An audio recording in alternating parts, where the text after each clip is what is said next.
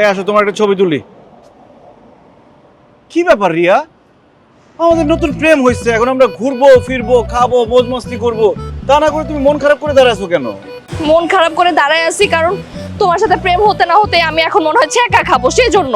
কি পরশুদিন তোমাকে রেস্টুরেন্টে এত কিছু খাওয়াইলাম, এরপরে তুমি ছ্যাঁকা খাবা কেন? কারণ আমার পাপা তার বন্ধুর ছেলের সাথে আমার বিয়ে ঠিক করে ফেলছে। আমি তাকে বলছি আমি মরে গেলেও এই ছেলেকে বিয়ে করবো না, কিন্তু তারপর আমার মনে হচ্ছে পাপা যে কোনো সময় জোর করে ছেলের সাথে আমাকে বিয়ে দিয়ে দিবে। হ্যাঁ কি বলো এইসব? প্রেম হইতে না হইতে তোমার বাবা তোমার বিয়ে ঠিক করে ফেলছে? এই জন্য আমি তোমাকে বলছিলাম যে প্রেম করব না, কিন্তু তারপর জোর করে তুমি আমাকে তোমার প্রেমে ফালাইছো। এখন আমার মন তো আমি তোমাকে দিয়ে দিছি, এটা তো আমি ফেরত নিতে পারবো না। এখন পাপা যদি তার বন্ধুর ছেলের সাথে আমাকে জোর করে বিয়ে দিয়ে দেয়, তাহলে আমি কতটা কষ্ট পাবো তুমি বুঝতে পারছো? ওহ নো, আমি তো এটা নিতেই পারবো না আসিফ, আমি মারা যাব। অসম্ভব, আমি বেঁচে থাকতে তোমার বাবা তোমাকে অন্য কোথাও বিয়ে দিতে পারবে না, তুমি শুধু আমার রিয়া। পাপা যদি জোর করে বিয়ে দিয়ে দেয় তুমি কি করতে পারবা বলো? আমি অনেক কিছু করতে পারবো। আমি তো ভেবেছিলাম তোমার সাথে প্রেম করতেছি, কয়েকদিন প্রেম করব মौज মাস্তি করব, এরপর তোমার বাবাকে সাইজ করে তোমাকে বিয়ে করে ফেলবো। এখন যেহেতু তোমার বাবা তার বন্ধুর ছেলের সাথে তোমার বিয়ে ঠিক করে ফেলছে, আর নয় দেরি, সাইজটাকে এখনই করব আমি। সাইজ করবা মানে? হ্যাঁ আসিফ, তুমি পাপাকে কি করবা? তেমন কিছুই না, প্রথমে তার মনে একটু জায়গা করব, তারপরে তার বাসায় যাব, তারপর তার মেয়ের জামাই হয়ে যাব। কিন্তু আসিফ, তুমি কিভাবে পাপার মনে জায়গা করবা আর কিভাবেই বা তার জামাই হবা? এখনই এসব না বলি, আস্তে আস্তে সব জানতে পারবা। আচ্ছা ভালো কথা, তোমার বাবা কি সিগারেট খায়? হ্যাঁ, মাঝে মধ্যে তো খায়। এই তো পায়া গেছি লাইন। দেখা হচ্ছে তোমার বাবার সাথে খুব শীঘ্রই।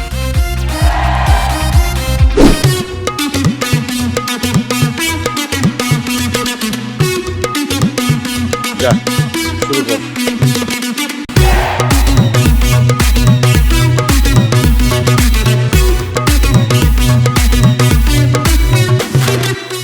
এক্সকিউজ মি স্যার, আপনি নিশ্চয়ই বাংলাদেশ থেকে এসেছেন? হ্যাঁ, বাংলাদেশি। হ্যাঁ, আমি কি আপনার সাথে একটু কথা বলতে পারি? হ্যাঁ, বলো।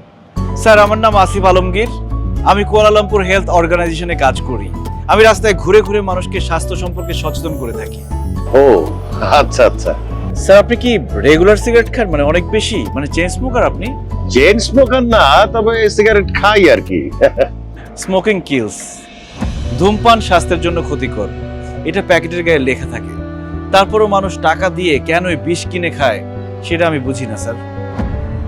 বাইরে থেকে দেখলে যদিও বোঝা যায় না, কিন্তু আপনি ভেতরে ভেতরে নিঃশেষ হয়ে যেতে পারেন শুধুমাত্র এই সিগারেটের কারণে। বিশ্ব জুড়ে বহু মৃত্যুর কারণ হচ্ছে এই সিগারেট। এটি মানুষকে বয়সের আগে ধীরে ধীরে মৃত্যুর দিকে টেনে নিয়ে যায়। ধূমপানের ফলে ক্যান্সার, ডায়াবেটিস, ফুসফুসের সমস্যা, স্ট্রোক, বন্ধ্যাত্ব, অন্ধত্ব, টিবি সহ আরো জটিল রোগ হতে পারে। এছাড়াও ধূমপানের ফলে হার্ট অকেজো হয়ে যায়, দাঁতের মাড়ি নষ্ট হয়ে যায়, পেটে বিভিন্ন ধরনের অসুখ বিসুখ দেখা দেয়। স্যার আপনি জানলে অবাক হবেন, প্রত্যেক বছর কয়েক লাখ মানুষ মারা যায় শুধুমাত্র এই ধূমপানের কারণে।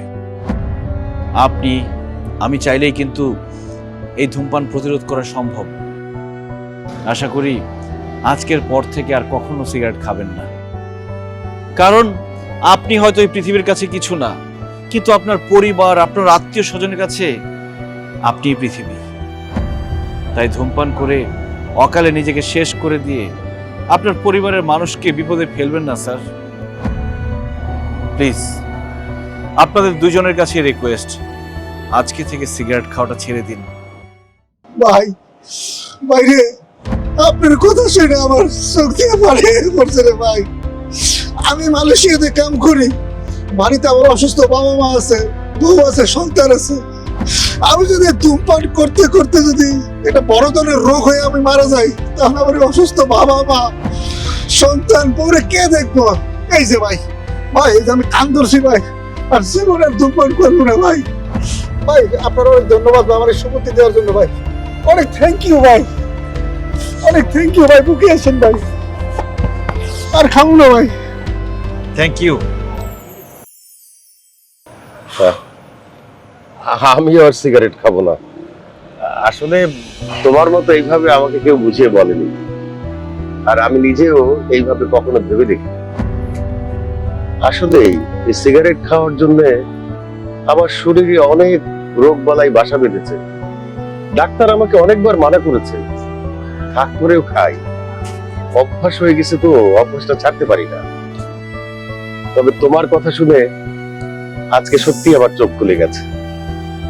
আমি তোমাকে কথা দিচ্ছি, আমি আর কখনোই সিগারেট খাবো না। থ্যাংক ইউ সো মাচ বুঝার জন্য। আমি আসি। আরে আসি, দাঁড়াও। তোমার মতো এরকম জিনিয়াস ব্রিলিয়ান্ট একটা ছেলে। আচ্ছা, বাই দ্য ওয়ে, তুমি মালয়েশিয়াতে কি করো?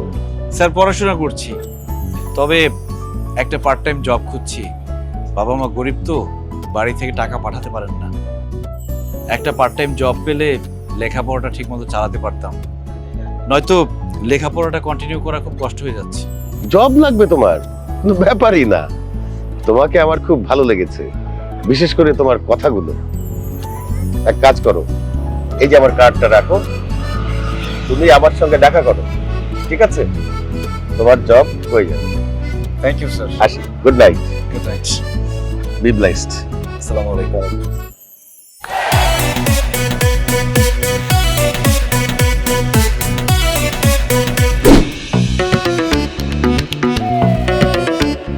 রিয়া, চলো টুইন টাওয়ার থেকে ঘুরে আসি। আমি আপনার সাথে কেন যাব? আপনি যান এখান থেকে। এত করে বলতেছে, যাও না, ঘুরে আয়। তাছাড়াও ওকে একটু বোকা শোকা, তো রাস্তাঘাট চিনে না ঠিক মতো। পাপা, এই লোক যদি বোকা শোকাই হয় তাহলে তার সাথে আমার বিয়েটা তুমি কেন দিচ্ছ? আমি ঠিকই বুঝতে পারছি না। Good morning sir. Good morning Asif, কেমন আছো তুমি? I am fine sir, thank you. আপনি আমাকে দেখা করতে বলেছিলেন।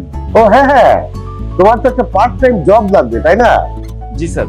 আচ্ছা ঠিক আছে, পরিচিত হও আগে। My daughter Riya. Hello ma'am, how are you? Hello handsome, I am excellent. আর এ হচ্ছে আমার বন্ধুর ছেলে সোহাগ। Hello sir. ঠিক আছে ঠিক আছে। রিয়া মামুনি, তুমি একটু এখান থেকে যাও, আসিফের সঙ্গে আমার কিছু পার্সোনাল কথা আছে। এমন কি কথা যেটা তুমি আমার সামনে বলতে পারবে না? আমি এখানে বলবো, তোমার যা বলা তুমি আমার সামনে বল। তোমার সামনে বলা যাবে না, বলা যাবে না বলেই তো তোমাকে বললাম যে তুমি একটু ভিতরে যাও, আমার একটু পার্সোনাল কথা আছে। পাপা, আমার এখন ভিতর যেতে একদম ইচ্ছে করছে না। তুমি ওনার সাথে কি কথা বলো আমার খুব শুনতে ইচ্ছে করছে। তুমি এখানে বলো না পাপা আমার সামনে, প্লিজ। ম্যাম, আপনার বাবা যেহেতু নিষেধ করেছেন, আপনার এখানে থাকা উচিত না। মনে রাখবেন, বাবা মায়ের অবাধ্য হওয়া ঠিক না, আর ভালো মেয়েরা কখনো বাবা মায়ের অবাধ্য হয় না। আপনাকে দেখেই মনে হচ্ছে